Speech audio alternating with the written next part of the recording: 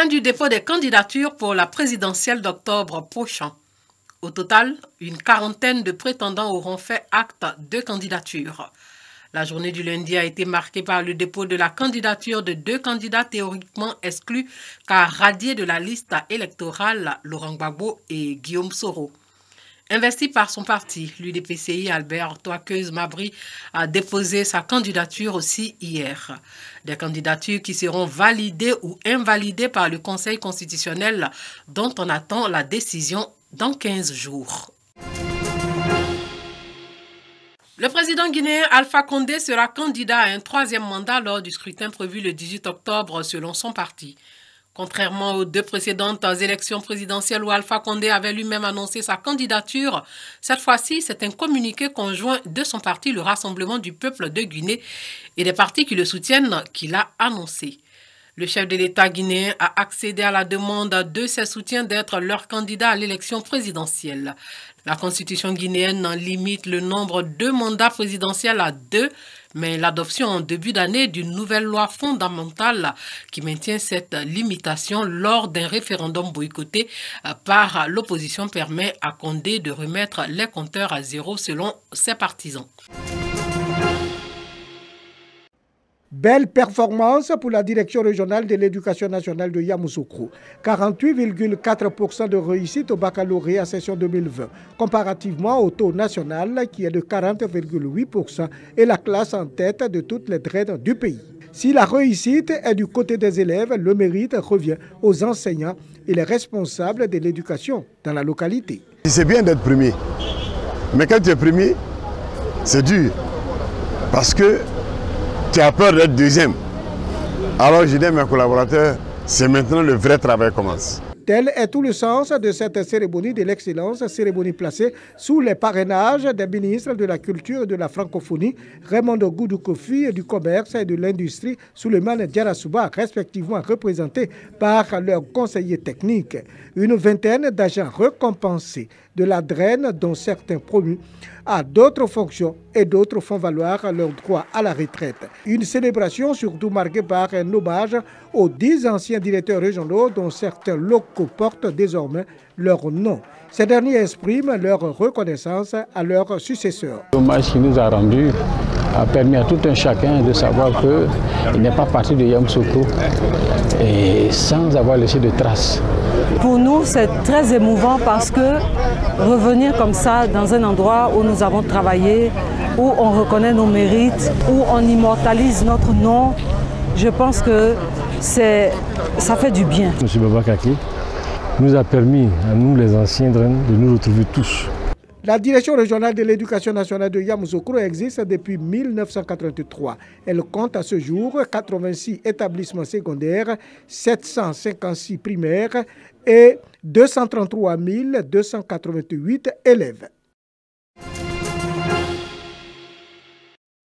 Kolikro Aounyano, Adikro, Bouakro, Aokokro. 4 villages de la sous-préfecture de Bodokro, département de Biroumi, bénéficient de l'électricité et de l'eau potable. 2 commodités indispensables pour le développement d'une localité sont désormais une réalité après plusieurs décennies d'attente. On vivait très mal ici. Parce que pour avoir même simplement le pétrole, on était obligé de se déplacer pour aller à Bouaké, à Bodokro ou à Botro. Mais aujourd'hui, grâce à la lumière, on est très heureux. Les enfants étudient comment ils veulent. Des projets réalisés dans le cadre du programme social du gouvernement. Programme qui vise à renforcer l'action sociale à travers la réalisation de plusieurs infrastructures.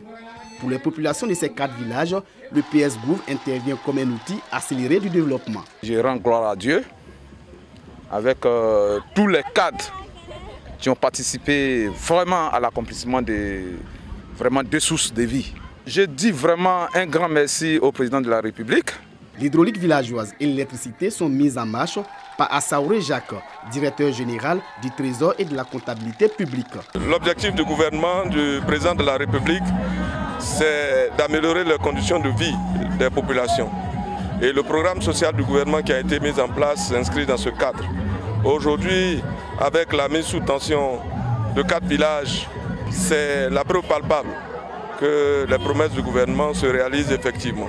Assaouré Jacques a fait don de 5 broyeuses, une décortiqueuse et 300 compteurs d'électricité aux ménages les moins nantis. Seulement 10 villages électrifiés en 2017. La sous-préfecture de Bodokoro est passée à 31 localités connectées au réseau électrique national sur les 37 à ce jour.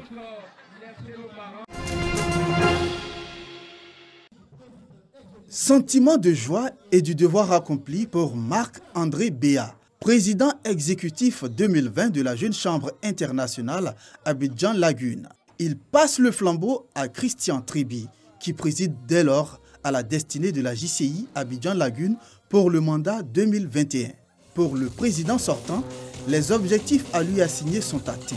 Nous avons pu faire un don de bibliothèque à l'EPP Mputo. Nous avons réalisé le projet Laguna Business Forum qui a consisté en la mise en relation de nos entrepreneurs Jeunes Chambres avec des entreprises nationales et internationales. Nous avons aussi organisé une campagne de sensibilisation pour la sécurité routière au bénéfice des usagers de la route.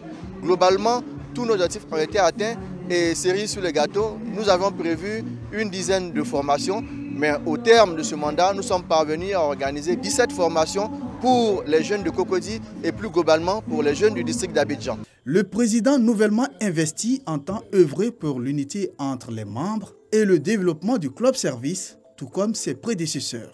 J'en appelle ainsi à tous les membres de la Jeune Chambre Abidjan Lagune. L'heure est à l'union, l'heure est à la solidarité pour bâtir une OLM plus forte.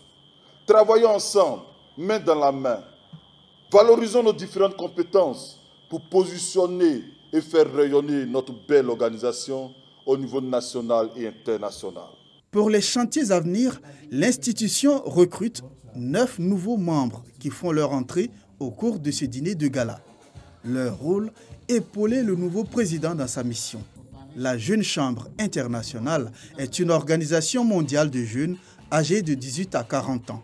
Cette organisation à but non lucratif œuvre pour le développement personnel de ses membres.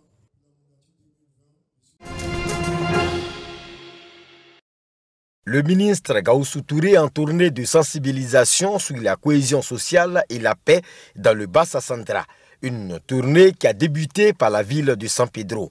Au palais de la chefferie, Gaoussou Touré a échangé avec autochtones et allochtones sur le vivre ensemble. Il a remercié les peuples Kroumen et Bakoué pour leur hospitalité. Après San Pedro, cap sur Tabou, où une rencontre a eu lieu au centre culturel avec les Odieneka vivant dans le département. Ici également, c'est le même message de paix et de cohésion sociale. Sassandra a constitué la dernière étape de cette tournée de sensibilisation.